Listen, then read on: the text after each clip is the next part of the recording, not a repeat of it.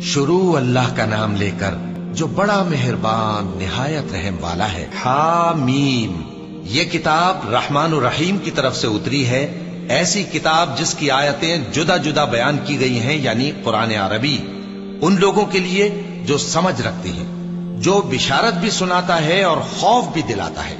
لیکن ان میں سے اکثر نے منہ پھیر لیا اور وہ سنتے ہی نہیں، اور کہنے لگے کہ جس چیز کی طرف تم ہمیں بلاتے ہو اس کی طرف سے ہمارے دل پردوں میں ہیں اور ہمارے کانوں میں بوجھ یعنی بہرا پن ہے، اور ہمارے اور تمہارے درمیان ایک پردہ ہے، تو تم اپنا کام کرو، ہم اپنا کام کرتے ہیں۔ کہہ دو کہ میں بھی آدمی ہوں جیسے تم،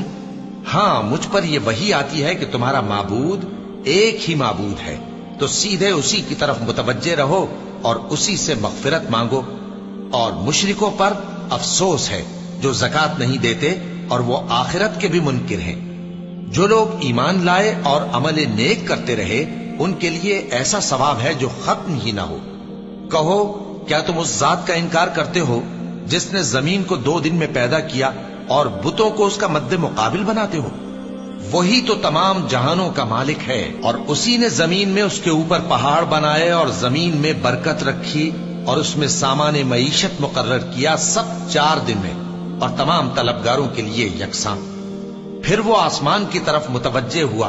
جبکہ وہ دھواں تھا، تو اس نے اس سے اور زمین سے فرمایا کہ دونوں آؤ، خواہ خوشی سے خواہ ناخوشی سے۔ انہوں نے کہا کہ ہم خوشی سے آتے ہیں۔ پھر اس نے 2 دن میں 7 آسمان بنائے اور ہر آسمان میں اس کے کام کا حکم بھیجا،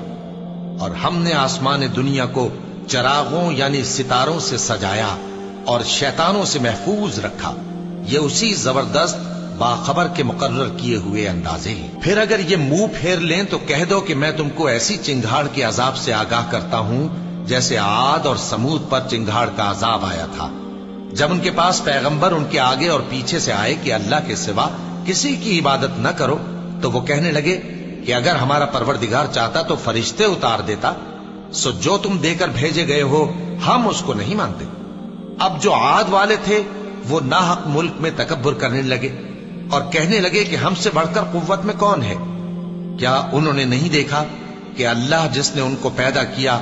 وہ ان سے قوت میں بہت بڑھ کر ہے، اور وہ ہماری آیتوں سے انکار کرتے رہے۔ تو ہم نے بھی ان پر نحوست کے دنوں میں زور کی آندھی چلائی تاکہ ان کو دنیا کی زندگی میں ذلت کے عذاب کا مزہ چکھا دیں، اور آخرت کا عذاب تو بہت ہی ذلیل کرنے والا ہے، اور اس روز ان کو مدد بھی نہ ملے گی۔ اور جو سمود والے تھے ان کو ہم نے سیدھا رستہ دکھا دیا تھا، مگر انہوں نے ہدایت کے مقابلے میں اندھا رہنا پسند کیا، تو ان کے اعمال کی سزا میں ذلت کے عذاب کی کڑک نے ان کو آ پکڑا، اور جو ایمان لائے اور پرہیزگار رہے ان کو ہم نے بچا لیا۔